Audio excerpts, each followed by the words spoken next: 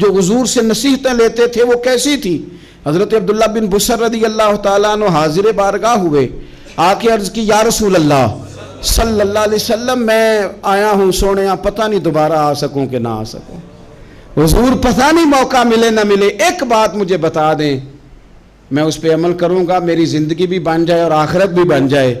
تو کریم محبوب نے فرمایا عبداللہ زبان کو خشک نہ ہونے دینا، اس کو تر رکھنا۔ تر حضور کس چیز سے؟ فرمایا اللہ کے ذکر سے تر رکھنا، زبان اللہ کے ذکر سے تر رہے، ہر وقت رب کی یاد رہے، تیری دنیا بھی بن جائے گی اور آخرت بھی بن جائے گی۔ تو میرے عزیز اپنی زندگی کے اندر اب ہم نے عمل کرنا ہے۔ او جناب کمال پھر یہ ہے کہ جب واعظ سننے کا شوق بڑھ جاتا ہے، تقریر سننے کا شوق بڑھ جاتا ہے، سننے سنانے کا خالی مزاج ہو جاتا ہے، پھر بندہ ڈھونڈتا پھرتا ہے کہ نئی سے نئی چیز کہاں ملتی، انوکھی سے انوکھی چیز کہاں ملتی، انفرادی سے انفرادی بات۔ میرے بھائی آپ ضرور سنیں، ضرور سنیں، مومن کی گمشدہ میراث ہے، حکمت جہاں سے ملے لیں، لیکن عمل کرنے کے لیے لیں، عمل کرنے کے لیے۔ اب میرا دل کرتا ہے اب ہماری چپ سے بھی لوگ سبق سیکھیں۔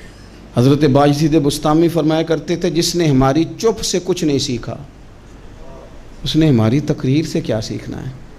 اب تھوڑا سا نا اشاروں کی بولی بھی سمجھیں، اب تھوڑا سا یہ بھی ہو کہ بس بات پوری ہونے نہ پائے اور انسان کی رغبت عمل کی طرف بڑھ جائے، یہ مزاج ہمیں دیا ہے۔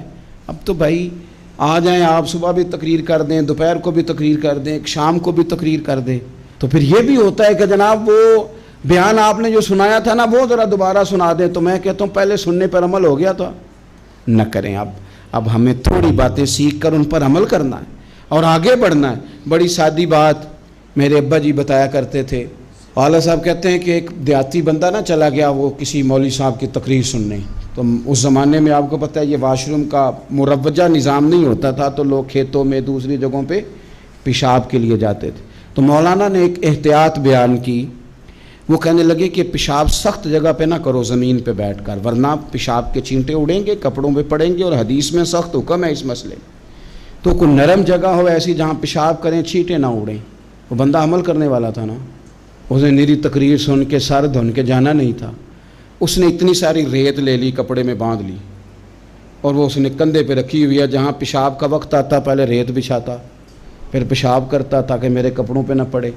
ایک صاحب نے اسے کہا کوئی ہفتے بعد چلو بیان سننے چلیں، تو کہنے لگا میں پہلے پہ عمل کر لوں یہی بڑا ہے، میں نے تو اتنی ساری ریت، کندھا تھک گیا ہے میرا، اس دن سے اٹھائی ہے، تو میں نہیں چاہتا کہ نہیں بھی سنوں تو کسی اور جگہ میں۔ یہ تفریح تباہ کے لیے بات کو نہ سمجھیں، اس سادے آدمی نے جو ہمیں سمجھایا مجھے اور آپ کو، اس پر غور کرے کہ کل بھی سنا تھا، پرسوں بھی سنا تھا، پیر صاحب نے ترسوں بھی کہا تھا، شیخ نے پرسوں بھی کہا تھا، پچھلے ہفتے بھی کہا تھا، تو نے اگر شیخ کی بھی نہیں سنی، استاد کی بھی نہیں سنی، پیر کی بھی نہیں سنی۔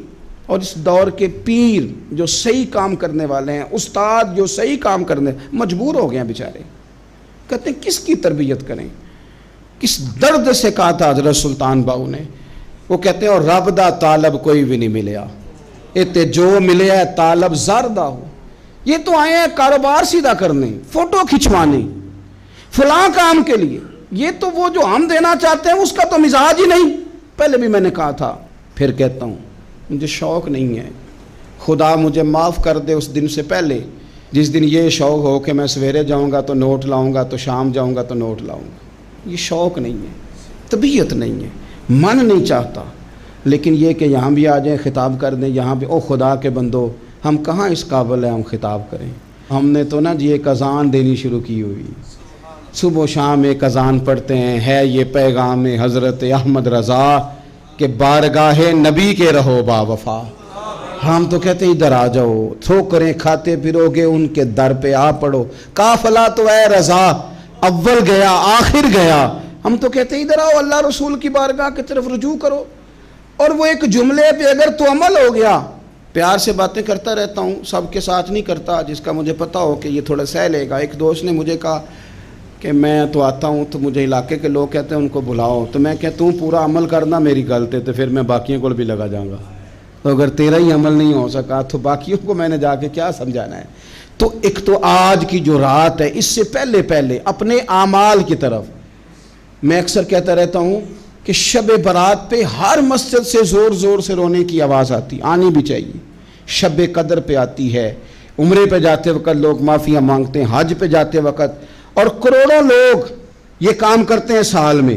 اگر 25 لاکھ 26 لاکھ آدمی یا 50 لاکھ آدمی حج کرتا ہے اور وہ جانے سے پہلے معافی مانگ کے گیا، توبہ کر کے گیا ہے، اور کروڑوں لوگ ہیں جو شب قدر میں ہیں، شب برات میں ہیں، اور انہوں نے کھول کے توبہ کی ہے، تو پھر میرے بھائی سویرے کرپشن ختم ہونی چاہیے نا ملک سے.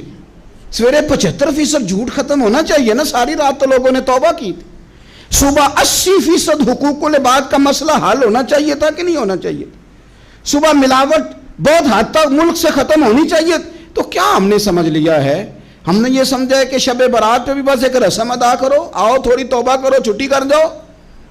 آئیے شب قدر تو توبہ کرو، چھٹی کر جاؤ. کیا یہ ہم نے مطلب سمجھ لیا؟ حج کرنے گئے، رب کی بارگاہ میں حاضر ہوئے، رسول کریم کی بارگاہ سے بھی جو ہو کے آ جائے اور بدلے ہی نہ، وہاں تک جائے اور بدلے ہی نہ. مدینے گئے، کعبے گئے، کربلا گئے، جیسے گئے تھے گھوم پھر کے ویسے ہی آ گئے. نتیجہ کیا ہے؟ اپنی زندگی نتیجہ خیز بنائیں. آج اس خوبصورت موقع پر جب شب برات ہمارے سامنے کھڑی ہے، اپنے ذہن میں تہیہ کریں کہ اب ہم نے بدل جانا ہے. شوگر ہو جائے تو بدلنا پڑتا ہے، اللہ معاف کرے، چینی چھوڑنی پڑتی ہے، من پسند مٹھائیاں چھوڑنی پڑتی ہیں، بدلنا پڑتا ہے. بلڈ پریشر ہو جائے تو یارو بدلنا پڑتا ہے. اگر انسان کو خدا نہ خواستہ کوئی مرض لگ جائے تو بدلنا پڑتا ہے. اولاد پیدا ہو جائے تو بدلنا پڑتا ہے. گھر میں بیٹیاں پیدا ہو جائیں تو بوڑھے باپ کو بدلنا پڑتا ہے. بال سفید آ جائیں تو پھر بھی تو بدل جانا چاہیے نا. انسان کی عمر 40 سال ہو جائے تو پھر بھی تو بدل جانا چاہیے. شب برات پہ